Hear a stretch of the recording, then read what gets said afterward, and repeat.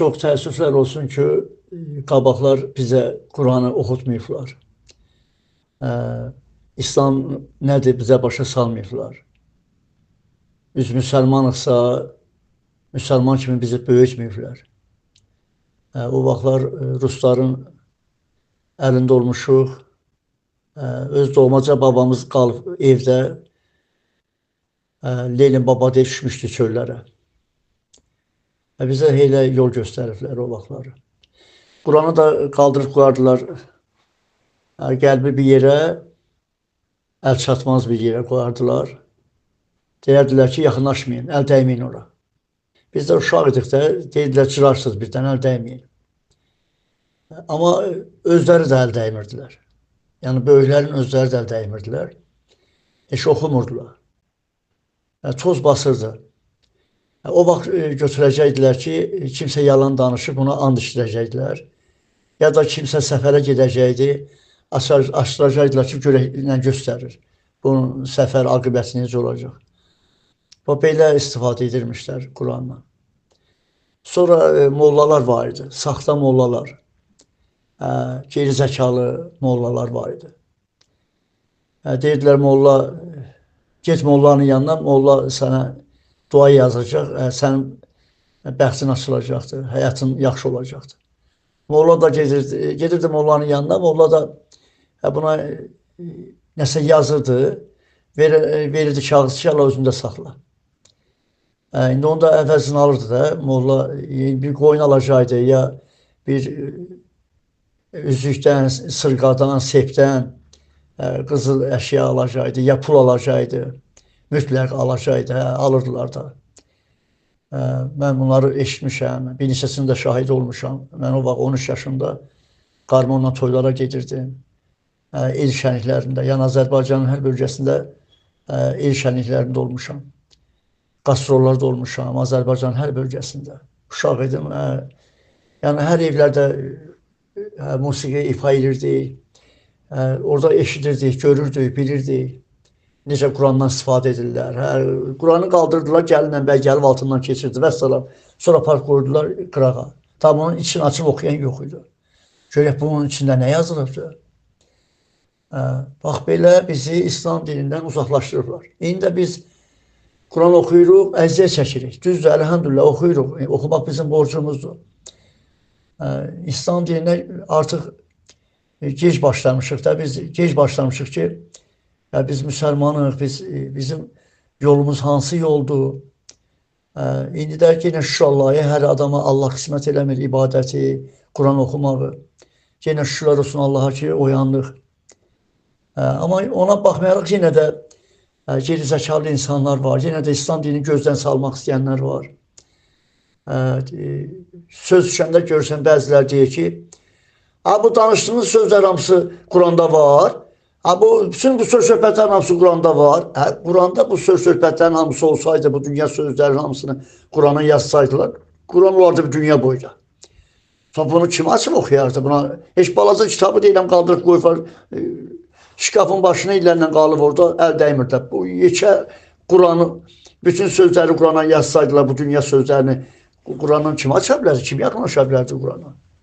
Bax, elə geri zəkalı insanlar, bir söz olmamış deyirlər, Quranda var o. Quranda yazılıb o. Bax, belə Quranı gözdən salmaq istəyirlər. Ya, məsələn, biri gedir, həcə gəlir, deyir, həciyəm. İndi sonra görürlər, həmən həci pivə içir, ya çöldə bir zinalıq edir, ya bir günah edir. Budur sizin İslamınız, budur sizin namaz qılmağınız. Kiməsə görür İslamı, namazı gözdən, Quranı gözdən salmağa çalışırlar, fikir verir.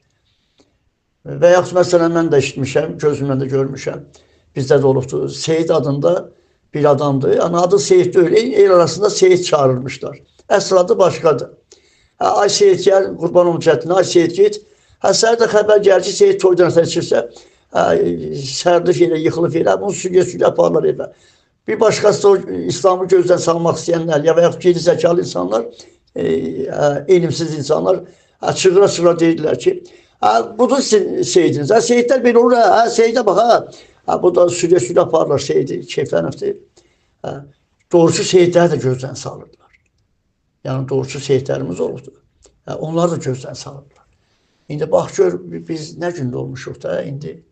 Adam olsa keçmişi fikirləşəndə, indiki yaşına baxanda deyirsən gör bizi nə günə qoyurlar bizi. Adam özü də utanır vallahi, Allah haqqı. Biri var 5 yaşında, 10 yaşında aylasan, bir də var 50 yaşında, 60 yaşında ayılırsan ki, biz bu qədər ömrü bizdə necə yaşadıblar. Bu qədər ömrü bizdə necə yaşadıblar. Yəni bax belə şeylər var, Allah'ın xeyir eləsin. Yenə də oyanmaq lazımdır. Bu cavanlara doğru yol göstərmək lazımdır. Axı biz Allah'a cavab verəcəyik. Allah bizdən soruşacaq ki, sizi yaratdım, məndən övlad istədiniz, övlad da verdim sizə. Övladlarınızı doğru yola niyə yönətmədiniz bəs? Doğru yolda İslam yoludur, Kur'an yoludur, Allah'ın yoludur doğru yol. Yəni doğru yola yönətmək üçün gəlib valideynlər özü doğru yolda olsun da. Valideynlər doğru yolda olmalıdır ki, övladlar da valideynlərin yanında olsun. Həmən o doğru yolda olsun. Mənə bir şey deymişəm, indi də deyirəm, bu dünyada 2 yol var da. Allah yolu, şeytan yolu. İndi valideynlər hansı yoldadırlarsa, istər-istəməz övladlar da valideynlərin yanına gələcək də, atasının, anasının yanında olacaqlar. Yəni, valideyn hansı yoldadırsa, övladlar da o yolda olacaq. Allah'ın xeyir eləsin. Yəni, mən istəyərdim ki, nə qədər gecdir, insanlar oyansın. Son dönüşümüz Allah'adır. Allah'a nə cavab verəcək? İndi birimiz 70 il yaşayırıq, birimiz 80 il yaşayırıq. Vaxt gələcək, biz atacaqlar soyuq torpağın altına. Ondan sonra bizim ruhumuz cavab verəcək. Aynı bizi danışdıran nədir? 40 il, 50 il bizi danışdıran, biz yeririk, gəlirik, gedirik. Bax, belə şeylər var. Allah bizə ağıl verib ki, yaşaya bilək. Bəzi adamlar da var ki, özlərinin ağıllı sayırlar, fikir verir. Allah verən ağılda necə istifadə edirlər? Allah verən ağılda Allah'a üsyan edirlər. Bunlar daha ağıllıdırlar. Allah'da səhv axtarmağa başlayırlar. Başlayırlar üsyan eləməyə Allah'la ki, bizi yaratmışsan və bizi niyə qoyursan? Bizi yaratmışsan, niyə bəxtimiz, talihimiz bu gündədir? Fikir verir. Demir ki, bizi yaratmışsan və bizə də xəbər vermişsən, şeytanın yoluna düşmüyor. Şeytanın yoluna düşən bəxti də qar olar, qarnı da ac olar, özü də pis yaman günə düşər. Bəs Allah bizə xəbər verdi axı, şeytandan uzaqlaşın, Qur'ana yaxınlaşın, ibadətə yaxınlaşın ki, Allah adı çəkilən yerdə, Allah olan yerdə şeytan olmaz. Bəs Allah onun üçün bizə dedi, bəs gündə 5 dəfə namaz qılın, Allah'la ünsiyyətdə olun hər dəfə, Allah'ı unutmayın. Amma bunlar gedib otururlar şeytanın yuvasında Allah'la üsyan edirlər. Dinlərdə də elə danışırlar ki, deyirsən ki, Allah'a inanırsan, deyir, hə, iman gətirirəm, inanıram, özümdə müsəlmanam. Amma bax, əməllər hamısı şeytan əməlləri. Şeytan bunların qəlblərini arxaya salır, baxı. Şeytan bunların qəlblərini arxaya salır ki, sən düz yoldasan, səndən yoxdur, sən təmiz adamsan, niyə Allah sənə belə deyir, üsyan elə, insanlar hamısı pisdir səndən başqa. Bax, belə şeylər də var. Bilirsən, bəzən insanlar o qədər bilmədən günahlara gedirlər ki, bax, məsələn, pəncərəni açırıq, qapını açırıq, çöldə uçan həşəratlar dolur evə. Biz də vurub öldürürük. Bax, günaha fikir versən. Axı biz pəncərəni bağlasaydıq, qapını bağlasaydıq, həşəratlar evə girməzdi. Bax, günah bizdədir. Bax, bilmədən də elə ailə qururlar, sonra əziyyət çəkirlər, ailələr dağılır. Bilmədən elə ətrafına pis adamlar yığır. O mənim dostumdur, mənim qardaşımız deyə, sonra peşmançılığını çəkir. Bilmədən bir iş qurur, gedir ora, ya xərc çəkirsə xərci batır, ya da ki, fikirləşmədən o işi tapır, o işdən xeyir götürmür. Bəliyə düşdüyü vaxtda, işləri də düz getməyəcəyi halda başlayırlar Allah'a üsyan eləməyə. Başlayırlar Allah'a üsyan eləməyə. Adi evinə əşya alırsan, əşyanın da kitabçası var da, baxırsan ki, o kitabçada yazılır da, necə istifadə edilməlisən, necə saxlanmalıdır, necə qorunmalıdır, necə işlətməlisən, ziyanın görməyəsən deyə. Orada hər şeyi aydın olaraq başa salınır da, kitabçasında.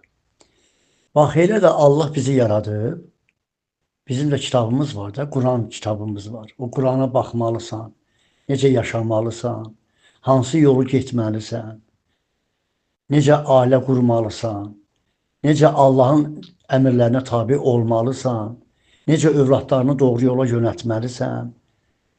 Dünyadan, səni yaşamağından xəbər verir. Nəyə görə? Sonra peşman olmayasan. Nəyə görə? Səni yaradan Allahla üsyan eləməyəsən.